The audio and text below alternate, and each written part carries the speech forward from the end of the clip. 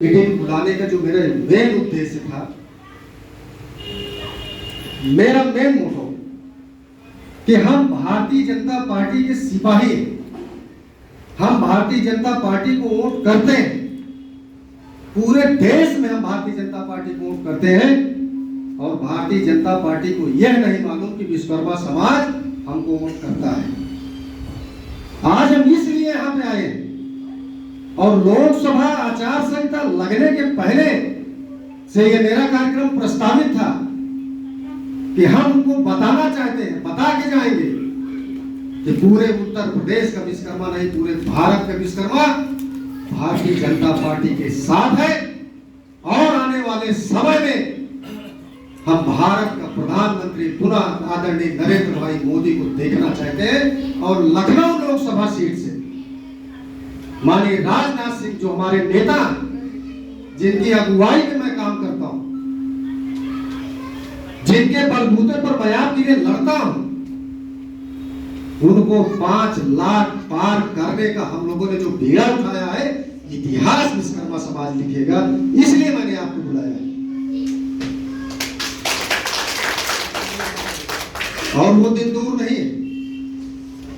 लोकसभा चुनाव के बाद बहुत सारी बातें होती हैं, सरकार में हम लोग हैं, शीर्ष नेतृत्व से बात होती रहती है।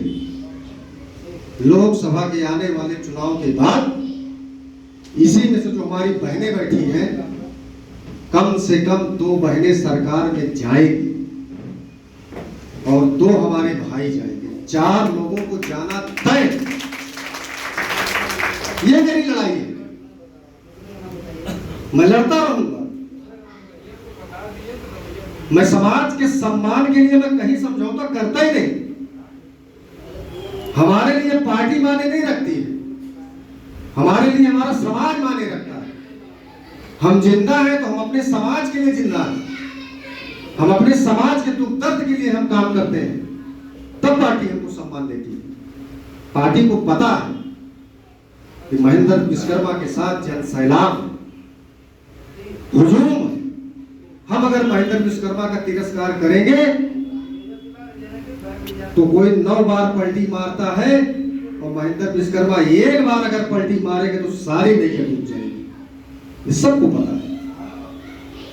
आपको 1 बार पलटी मारना है, खेला खत्म। समझ रहे मेरी बात ना? करीब करीब लोग समझ गए होंगे। इसलिए समाज के सम्मान के साथ किसी भी कीमत पर समझौता हम नहीं कर सकते। ये हमारी लड़ाई। 1% 2% लोग, उनको पार्टियां टिकट देती है, उनको सम्मानित करती है, उनको विधायक बनाती है, राज्य मंत्री बनाती है, आयोग निगम में भेजती है। हमारी संख्या 4% है, हम 6% है, तो हम लोग कहीं नहीं। हमें इस बात को बुलानी है।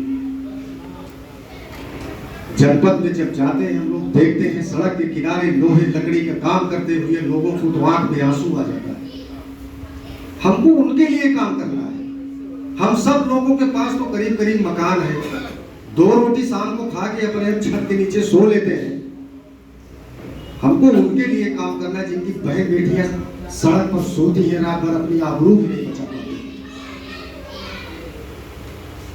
हमको उनके लिए काम करना है।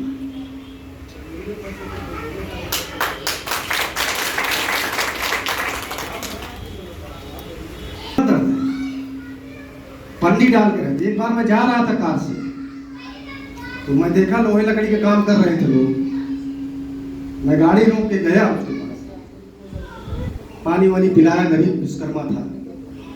हमने अपना कार्ड निकाल के दिया, नंबर दिया, कोई दिक्कत हो तो हमको बताना। रोने लगा, उसकी आंख में आंसू आ गए। कहा साहब मेरी एक 17 साल की बेटी है, एक 15 साल की, और हम लोग लोहे लकड़ी का काम करते हैं और शाम को कुछ यहाँ के ऐसे गुंडे बदमाश टाइप के लोग आते हैं, मेरी इसी दुकान पर बैठकर शराब पीते हैं और मेरी बच्चियों से नमक प्याज नमकीन मंगाने का काम करते हैं। और हम लोग साहब जब विरोध करते हैं तो बदतमीजी करते हैं, मारते हैं। ये पोजीशन हमारे समाज की है। कहाँ हम लोग सोए हैं? तुरंत मैंने एसपी से बात की है, हमने हमने कहा कप्तान साहब ऐसे नहीं चलेगा और तब तक यहाँ से नहीं जाऊंगा जब तक तुम वहां नहीं जाओ।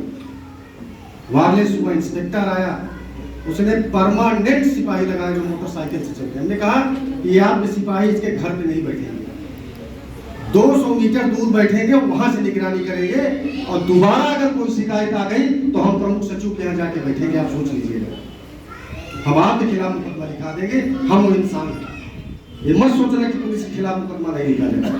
ये अत्याचार महिला दुष्कर्म बर्दाश्त नहीं करेगा।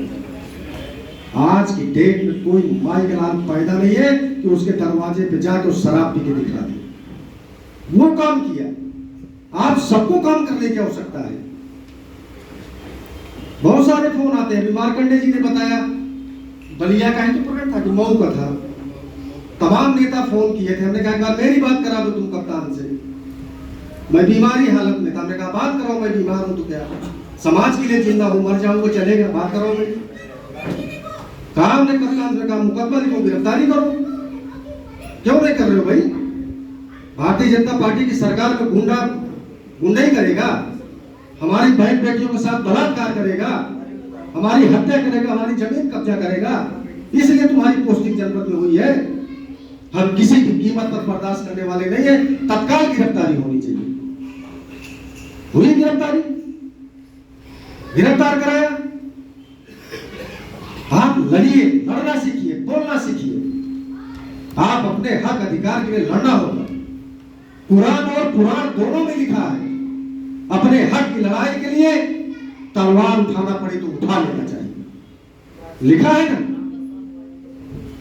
आप अपने हक की लड़ाई तो लड़िए। दिद्दा जैसे जम्मू कश्मीर में उसके पूर्वज 7000 वर्ष राज किए, उसके बाद जब वही दिद्दा जो हमारे वंशज है विश्वकर्मा समाज की वीरांगना